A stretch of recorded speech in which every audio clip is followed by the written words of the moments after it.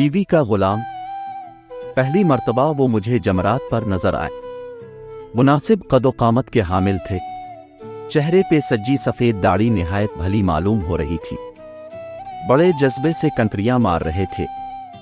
7 कंकरियां मार चुके तो फिर 7 और मारे। ख्याल हुआ कि शायद किसी और ने अपनी रमी करने के लिए वकील बनाया होगा।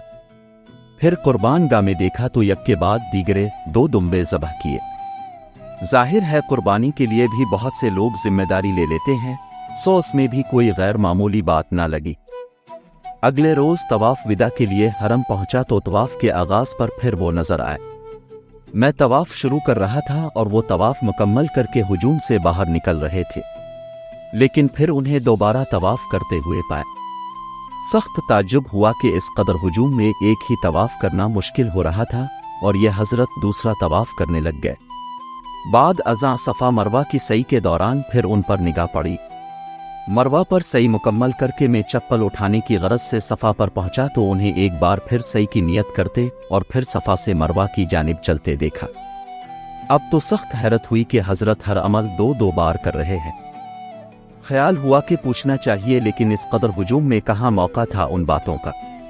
सो अपनी राली, लेकिन एक खुटक सी दिल में बरकरार रही।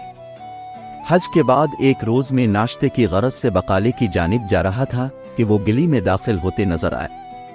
सलाम दुआ के बाद बातों बातों में पता चला कि करीबी इमारत में ही रहाइश पजीर है। मैंने कहा कि अब से कुछ बातें दरियाफ्त करना चाहता हूं। कहने लगे, चलिए मियाँ, हमारे कमरे में आ जाइए, नाश्ता साथ ही करते हैं। चुनांचे उनके कमरे में जा पहुंचा। कमरे में 2 बिस्तर पड़े थे और बाकी सामान सलीके से रखा हुआ था। नाश्ते के दौरान कुछ उधर उधर की बातें होती रही। फिर उन्होंने कहा, मियाँ पूछिए क्या पूछना चाह रहे थे। अब अर्ज की कि हजरत हज के अरकान की अदायगी के दौरान अब मुझे जा बजा नजर आए। आपको हर अमल 2-2 बार करते देखा। बस यही बात खुटक रही थी।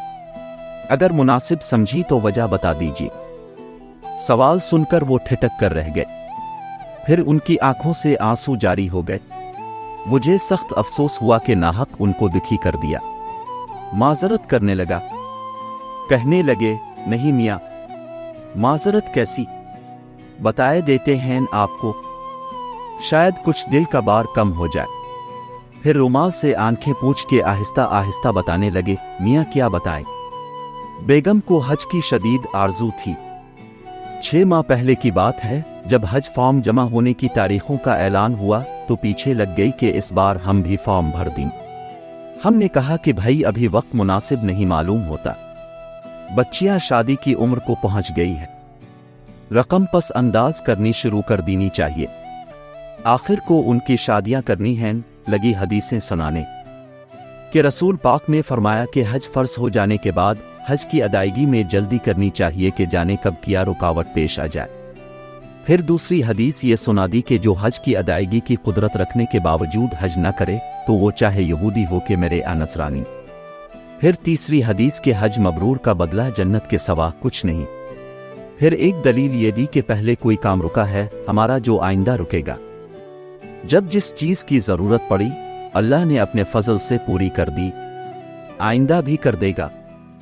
तो मियाँ समझो यूं हज का फॉर्म जमा करा दिया और फिर यहां चले आए।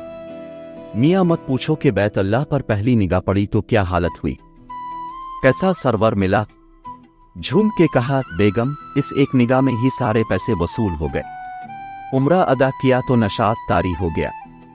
यही ख्याल आता रहा कि उम्रा में इतनी लज्जत है तो हज क्या होगा। हज के इंतजार के दिनों में तवाफ और नमाज के लिए बैत अल्लाह के चक्कर लगते रहे। इस दौरान सरकार के दरबार में हाजिरी का मौका भी मिला। दियार नबी से फैज़ पाकर मक्का लूटे तो मजीद एक उम्रा का मौका मिला। हर लम्हा अल्लाह की रहमत का हाला अपने गर्दा गर्द महसूस होता था। मियाँ दुआएं तो यूं कबूल हो रही थीं गोया अल्लाह इंतजार में बैठा हो कि बंदे के मुंह से कोई सवाल निकले और वो पूरा करे। अल्लाह अकबर। भाई यकीन मानो इसी का ज़र्फ है, वरना कहाँ हम सा गुनहगार के हज ऐसे फरीज़े की अदायगी की फिक्र करने के बजाय टाल मटोल और बहानेबाजियाँ, और कहाँ इसका करम। चाहता तो वो भी हमारी दुआओं को टाल देता, लेकिन नहीं मियाँ, बिला भी लिया और मान भी गया। ये दिन यूं ही मजे में गुजर रहे थे। हज करीब आता जा रहा था। वो जुमा की शाम थी। आसमान पर काले बादल घर घर के आने लगे। फिर बारान रहमत का नुज़ूल हुआ। शदीद बारिश हुई। हम और हमारी बेगम हरम के बैरूनी सहन में थे। लम्हों में कपड़े तरबुतर हो गए। तय हुआ वापस रहाइशगाह पर चला जाए।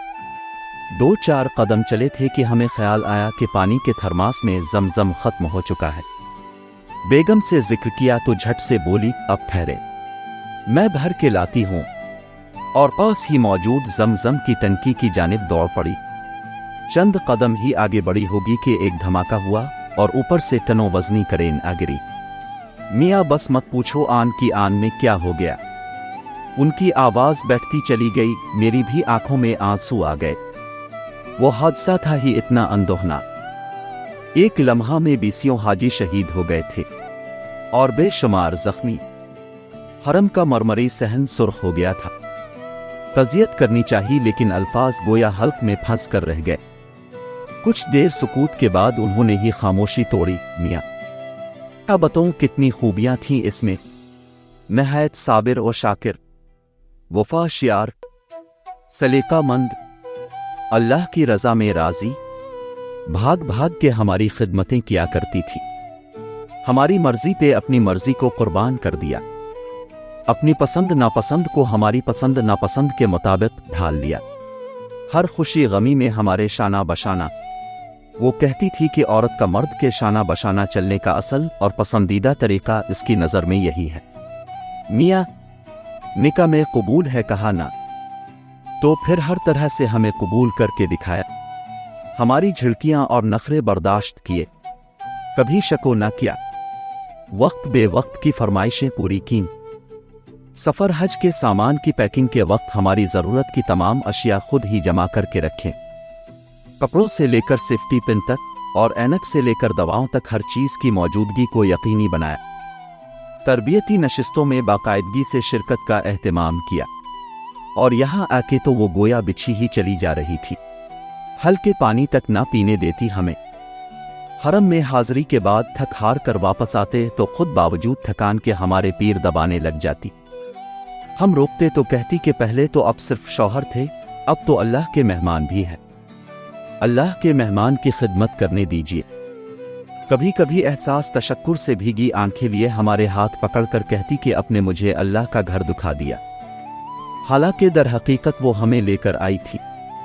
हाँ, वो सिर्फ हमारी दुनिया ही के नहीं, आखिरत के बारे में भी फिक्रमंद रहा करती थी। मियाँ अल्लाह वाली थी, बड़ी अल्लाह वाली।